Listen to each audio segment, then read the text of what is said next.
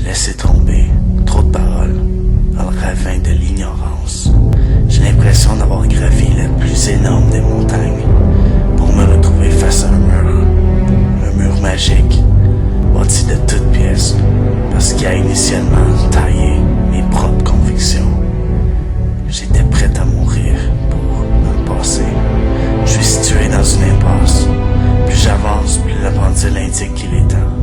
Tant de distancer ses rêves utopiques, d'apercevoir amélioration chez les semblables, pour rapprocher de vulgaires paperasses insignifiantes.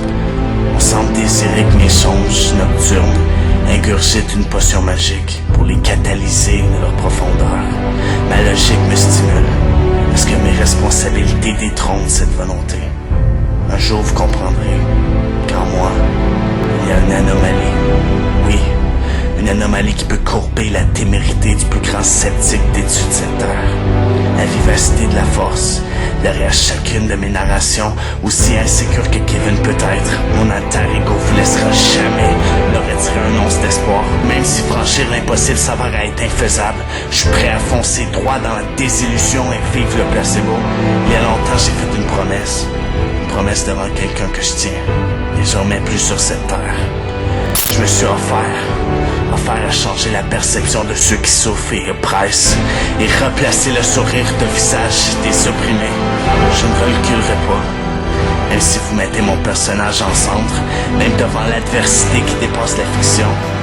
Voici peut-être ma vie privée, même si je finis par me mettre à dos une grosse portion du monde.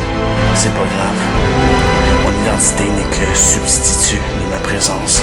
Mon esprit est le seul trait qui existe encore, sans la nécessité d'un costume. Un personnage qui est vêtu de contradictions colorées, de couleurs limpides. Je vais continuer d'avancer, continuer d'encaisser les multiples synonymes du mot étrange et incompris projetés vers moi. Je vais continuer de leur laisser attribuer le terme de mirage à cette panoplie de songes qui me paraissent lucides. De toute façon, tout semble être centrifuge lorsqu'on parle d'être en aise et comblé, aspiré par un tourbillon où nous courons tous en sens inverse. Je serais porté à croire comme vous que cette planète est damnée et que ses habitants devront subir le pire des châtiments, mais ensuite je mélange, laisse le vent s'entretenir avec mes peurs et doucement bercer mes inquiétudes. C'est alors que je fixe les étoiles. Et ce désir de croire semble se concrétiser en dépit du fait qu'on tente de m'effondrer en ruine, main au stylo.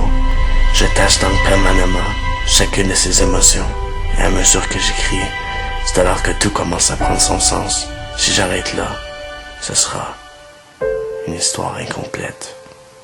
Alors, voici ma lettre parfaite.